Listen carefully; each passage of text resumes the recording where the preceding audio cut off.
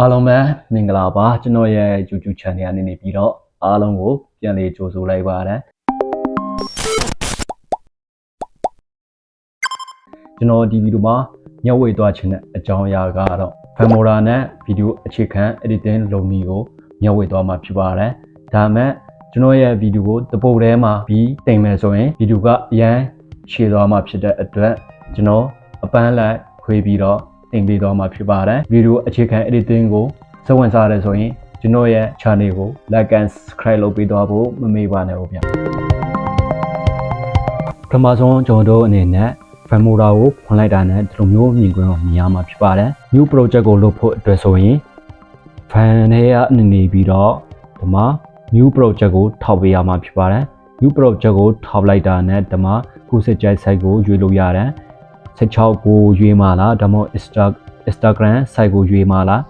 96 portrait site ကိုရွေးမှာလားကိုယ်စကြိုက်ရွေးလို့ရပါတယ်ဒီမှာကျွန်တော်က16ကိုရွေးလိုက်ပါမယ် project ကိုစတင်ပြီးတော့ editing လုပ်ပြီးတာနဲ့လည်းဒီ site ကိုပြင်ပြီးတော့ပြောင်းလို့ရပါတယ်ဘယ်လိုမျိုးပြောင်းရမှာလဲဆိုတော့ခုနတည်းမဲ့ fan လေးကိုထပ်သွားလိုက်ပါမယ်ပြီးတာနဲ့ဒီမှာပါတဲ့ project setting ကိုထောက်လိုက်ပါဒီမှာဆိုရင်ကိုယ့်ရဲ့ project site ကိုဘယ်လိုမျိုး site နဲ့ပြန်ပြီးတော့ပြောင်းခြင်းလဲကိုယ်စိတ်ကြိုက်ပြန်ပြီးတော့ပြောင်းလို့ရပါတယ်ဆိုတော့ဒီမှာကျွန်တော်ကမပြောင်းတော့ဘူးပြီးတာနဲ့ဒီမှာ resolution ကိုလည်းကိုယ်စိတ်ကြိုက်ပြန်ပြီးတော့ပြောင်းလို့ရပါတယ် frame rate ကိုလည်းကိုယ်စိတ်ကြိုက်ပြန်ပြီးတော့ပြောင်းလို့ရတယ်ကိုယ့်ရဲ့ကွန်ပျူတာအခြေအနေပေါ်မူတည်ပြီးတော့ပြောင်းမရမှာဖြစ်ပါတယ်ကျွန်တော်ရဲ့ကွန်ပျူတာကမိုတွေအရင်နည်းနေတာဖြစ်တဲ့အတွက်ကျွန်တော်ကဒီ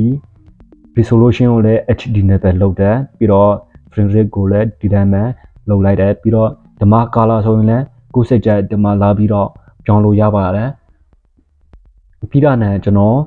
okay ကိုထောက်လိုက်ပါမယ် project file ကိုဘယ်ကနေပြီးတော့ဘယ်လိုခေါ်လို့ရမှာလဲဆိုတော့ကျွန်တော်တို့ပထမအဆင့်အနေနဲ့ကျွန်တော်ပြောပြချင်တာ file ကိုဝင်လိုက်မယ်ကျွန်တော်တို့ project file ရှိတဲ့နေရာကိုတွားလိုက်ပါမယ်ပြီးတာနဲ့ကျွန်တော်တို့ဒီထဲကကျွန်တော်တို့ကြိုက်တဲ့ video file ကို click တစ်ချက်ထောက်ပြီးတော့ drag ဆွဲလိုက်ပါမယ်ဒီ Filmora ထဲကိုဒီလိုမျိုး drag ဆွဲလိုက်ပါမယ်ပြီးတာနဲ့ဒီ post ထဲကိုရောက်တာနဲ့ဒီမှာ click ချလိုက်မယ်ဒါဆိုရင်ရပါပြီနောက်တနည်းအနေနဲ့ကကျွန်တော်တို့က import media ကိုထောက်လိုက်မယ်ကျွန်တော်တို့ project လုပ်မဲ့ file တွေကတိုင်နေတဲ့ file ကို click တစ်ချက်ထောက်နှစ်ချက်ထောက်ပြီးတော့ပဲဖြစ်ဖြစ်ဒါမှမဟုတ် click တစ်ချက်ထောက်ပြီးတော့ဒီထဲက open ကိုထောက်ပြီးတော့လဲဒီထဲကိုထည့်လို့ရပါတယ်ဒီထဲမှာ media နဲ့ပတ်သက်တဲ့သူပေးထားတဲ့ template တွေရှိတယ်ကိုယ်စိတ်ကြိုက် video file ကို download ဆွဲပြီးတော့ယူသုံးလို့ရပါတယ်ဒီမှာဆိုရင် store media ရှိတယ်ဒီထဲက video file တွေကိုလည်းကိုယ်စိတ်ကြိုက်ဒီထဲမှာဆိုရင်လည်းကိုယ်ကြိုက်နေတဲ့ video file ကို download ဆွဲပြီးတော့ယူသုံးလို့ရပါတယ်ပြီးဒီမှာလေးရှိပါသေးတယ်ဒီထဲမှာလည်းရှိပါသေးတယ်ဒီထဲမှာသူပေးထားတဲ့ sound effect တွေပြီးတော့ဒီနောက်ခံဒီတခြင်းတွေကိုကိုယ်စိတ်ကြိုက် download ဆွဲပြီးတော့သုံးလို့ရပါတယ်ဒီမှာဆိုရင် title နဲ့ပတ်သက်ပြီးတော့သူပေးထားတဲ့နမူနာတွေရှိပါတယ်ကိုယ်စိတ်ကြိုက်သုံးလို့ရတယ်ဒီမှာဆိုရင် effect တွေရှိတယ်ကိုယ်စိတ်ကြိုက် effect ကို download ဆွဲပြီးတော့ယူသုံးလို့ရပါတယ်ပြီးတော့နဲ့မြောက်ကိုတစ်ချက်ထောက်လိုက်မယ်ပြီးတော့နဲ့ဒီမှာ element ဆိုတာရှိတယ်ဒီထဲကကိုယ်စိတ်ကြိုက် element ကို download ဆွဲပြီးတော့သုံးလို့ရပါတယ်နောက်တစ်ခုအနေနဲ့ဒီမှာမြောက်ကိုပဲထပ်ပြီးတော့ထောက်လိုက်မယ်ပြီးတော့နဲ့ဒီမှာ split screen ဆိုတာရှိပါတယ်ဒါကိုထောက်လိုက်မယ်ဒီမှာကိုယ်စိတ်ကြိုက် split screen ကိုယူသုံးလို့ရပါတယ်ကိုယ့်ရဲ့ project လုပ်မဲ့ file ကိုထည့်လို့ရမယ် post ရှိမယ် editing လုပ်တဲ့ခါကျရင်တုံးတဲ့ post ရှိတယ်ပြီးတော့နဲ့ဒီမှာဆိုရင် menu bar ရှိမယ် file menu bar မှာဆိုရင် file ရှိမယ်ပြီးတော့ edit ရှိတယ် those ရှိတယ် view ရှိတယ်ဒီလိုမျိုးတုံးဝင်တဲ့ menu တွေဒီထဲမှာရှိပါတယ်ဒါကိုကြတော့တန်လန်းလို့ခေါ်ပါတယ်ဒီတန်လန်းကိုကြတော့ဘယ်လိုမျိုးနေရာမှာတုံးလဲဆိုတော့ကျွန်တော်တို့ edit လုပ်မဲ့ video file ကိုဒီလိုမျိုး drag ဆွဲပြီးတော့ဒီတန်လန်းလေးကိုဒီလိုမျိုးလေးလာပြီးတော့ဆွဲချမှာဖြစ်ပါတယ် ပြီးတာနဲ့ဒီတန်းလန်းကိုဒီပေတံကနေနေပြီးတော့ဒီလိုမျိုးအချုံးအချက်လုပ်လို့ရတယ်ဒီလိုမျိုးလဲအချုံးအချက်လုပ်လို့ရတယ်ပြီးတာနဲ့ဒီထဲကမလုပ်ချင်ဘူးဆိုရင်ဒီထဲကနဲ့လည်းဒီလိုမျိုးလဲလုပ်လို့ရပါတယ်တော့ editing လုပ်တဲ့ခါကျရင်ဒီဟာကတော်တော်လေးကိုအသုံးတက်ပါတယ်အသုံးဝင်ပါတယ်ပြီးတာနဲ့ကျွန်တော်တို့ကဒီတန်လန်းကကြတော့ဘယ်လိုလဲဆိုတော့ကျွန်တော်တို့ Photoshop သုံးတဲ့ခါကျရင်လည်းဒီ layer အလိုက်နဲ့တွားတယ်လို့ပါပဲဒီတန်လန်းကကြတော့လည်းဒီသူက layer အလိုက်နဲ့တွားတာဖြစ်ပါတယ်ကျွန်တော်တို့ကဒီ layer ကိုဖြောက်ထားခြင်းနဲ့ဆိုရင်ဒီထဲမှာမျက်လုံးပုံလေးကိုထောက်လိုက်တာနဲ့ပျောက်သွားမှာဖြစ်ပါတယ်ပြီးရင်ပြန်ဖိုးခြင်းနဲ့ဆိုရင်ဒါလေးကိုပြန်ဖွင့်ပေးရမှာဖြစ်ပါတယ်ပြီးတော့နဲ့ဒီထဲကဗီဒီယိုအတန်ကိုဖြောက်ထားခြင်းနဲ့ဆိုရင်ဒီထဲမှာပါတဲ့ဆောင်းပုံလေးကိုထောက်လိုက်တာနဲ့အတန်ကပျောက်သွားမှာဖြစ်ပြီးတော့ဒါလေးကိုပြန်ဖွင့်ရင်အတန်ကပြန်ပို့လာမှာဖြစ်ပါတယ်ပြီးတော့နဲ့ဒီလေးရာကိုတော့ချထားခြင်းနဲ့ဆိုရင်ဒီထဲမှာပါတဲ့တော့ကိုဂလီလိုက်တာနဲ့လို့ချပြီးတော့ဖြစ်သွားပါမယ်ဒီမှာကျွန်တော်တို့က edit လုပ်ခြင်းနဲ့ဤတယ်ဆိုရင်တော့မှလုပ်လို့မရတော့ပါဘူးပြီးတော့ဒါကိုပြန်ဖွင့်ခြင်းနဲ့ဆိုရင်ကျွန်တော်တို့အနေနဲ့ဒီတော့ကိုပြန်ပြီးတော့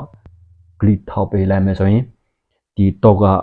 layer ကပြန်ပြီးတော့ပွင့်သွားမှာဖြစ်ပါတယ်နောက်တစ်ခုအနေနဲ့ကကြတော့ခုနပြောတဲ့အတိုင်းပဲဒါကကြတော့ Dobos ဖြစ်ပါတယ် Dobos ကကျွန်တော် editing လုပ်တဲ့ခါကျရင်တို့အသုံးပြုရမှာဖြစ်ပါတယ်နောက်ဗီဒီယိုတွေမှာကျွန်တော်ဒီအကြောင်းလေးကိုဆက်ပြီးတော့ပြောပြသွားမှာဖြစ်ပါတယ်တော့ဒါကိုကြတော့ကျွန်တော်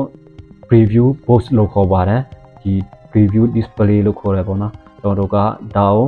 editing လုပ်တဲ့ခါကျရင်preview monitor အနေနဲ့ကျွန်တော်ကအသုံးပြုရမှာဖြစ်ပါတယ်တော့ကျွန်တော်ကဒါကိုကြော်ချင်နေဆိုရင်ဒီကနေနေပြီးတော့ကြော်လို့ရတယ်နောက်ကိုပြန်ရေးချင်နေဆိုရင်ဒီကနေရေးလို့ရတယ်ပြီးတော့ကိုယ့်ရဲ့ဗီဒီယိုကိုဆမ်းပြီးတော့ကြည့်ချင်နေဆိုရင်ဒီကနေနေပြီးတော့ဒီလိုမျိုးလေးကြည့်လို့ရတယ်ဒါမှမဟုတ် space bar ကိုဖွင့်ပြီးတော့လည်းဒီလိုမျိုးလေးကြည့်လို့ရပါတယ်ဒီအတန်းနဲ့ပတ်သက်တဲ့ဟာရှိတယ်ဓမ္မတိုးလေးရှိတယ်ဒါကိုကျွန်တော်က editing လုပ်တဲ့ခါကျရင်အသုံးပြုရမှာဖြစ်ပါတယ်ဓမ္မဆိုရင်လည်းကျွန်တော်က editing လုပ်တဲ့ခါကျရင်အသုံးပြုတဲ့တိုးလေးရှိပါတယ်ပြီးတော့ဒါဆိုရင်အတန်းနဲ့ပတ်သက်တဲ့ဟာကြီးဒါကြတော့ကျွန်တော်ကဒီနောက်ခံစကားပြောတာကိုဒီကနေနေပြီးတော့ direct recording လုပ်မယ်ဆိုရင်ဒီကနေနေပြီးတော့ recording လုပ်လို့ရပါတယ် editing လုပ်တဲ့ခါကျရင်မြင်ကွင်းကိုမတူတဲ့မြင်ကွင်းမျိုးနဲ့လုပ်ချင်တယ်ဆိုရင်ဒီဟာသူတို့လေးကိုအသုံးဝင်ပါတယ်တို့ကဒီ16ကိုဆိုရင်တော့ဒီအတိုင်းပဲ editing လုပ်တာကပို့ပြီးတော့အဆင်ပြေပြီးတော့ကျွန်တော်က96လိုမျိုး portrait size တွေဆိုရင်တော့ဒီလိုမျိုးမြင်ကွင်းကပို့ပြီးတော့အဆင်ပြေပါတယ်ဥပမာကျွန်တော်ကဒီ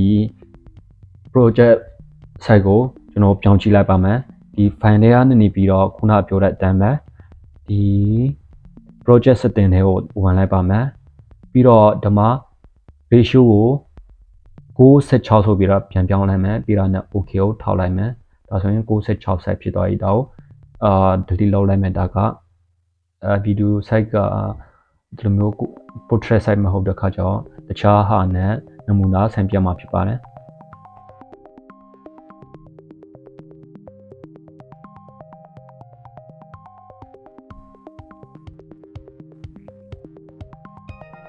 ဒါလေးကိုနမူနာဆင်ပြပါမယ်ဒါလေးကိုတန်လန်ထဲကိုဆွဲခိုးလိုက်ပါမယ်တော့ကြည့်အောင်ဒီလိုမျိုးပြီးတော့ဒါကိုလည်းပြန်ပြီးတော့ screen အပြည့်ပို့ခြင်းနဲ့ဆိုရင်ဒီကနေနေပြီးတော့ဒီလိုမျိုးလေးလာပြီးတော့ချုံချေလို့ရတယ်ဒီမှာဒီလိုမျိုးလေးလာပြီးတော့ချုံချေလို့ရပါတယ်ဒီလိုမျိုးလေးအချုံချေလုပ်ပေးရမှာဖြစ်ပါတယ်ဒီအခုမြင်ကွင်းကကြတော့ခုနပြောတဲ့အတမ်းပဲ portrait size ဆိုရင်တော့ဒီလိုမျိုး edit လုပ်တာကပို့ပြီးတော့အဆင်ပြေပါတယ်ဒါကိုပြန်ပြီးတော့ငကိုယ်တန်းပြန်ပြီးတော့ထားခြင်းနဲ့ဆိုရင်တော့ဒီခုနကျွန်တော်တို့ထောက်လိုက်တဲ့ဒီဟာလေးကိုပဲပြန်ပြီးတော့ထောက်ပေးရမှာဖြစ်ပါတယ်နောက်တစ်ခုအနေနဲ့ကကျွန်တော်တို့အနေနဲ့ဒီ editing လုပ်ပြီးသွားလို့အစဆုံးပြန်ပြီးတော့ကြည့်ချင်တယ်ဆိုရင်ဒီထဲမှာပါတဲ့ဒါလေးကိုထောက်ပြီးတော့ကြည့်မယ်ဆိုရင်ပို့ပြီးတော့အဆင်ပြေပါတယ်ဒါကိုငကိုယ်တန်းပြန်ပြီးတော့ကြည့်ချင်တယ်ဆိုရင် keyboard ထဲက ESC ကိုထောက်လိုက်ပါပြီးတော့နဲ့ကျွန်တော်တို့ငကိုမြင်ကွင်းကိုပြန်ပြီးတော့မြင်ရမှာဖြစ်ပါတယ်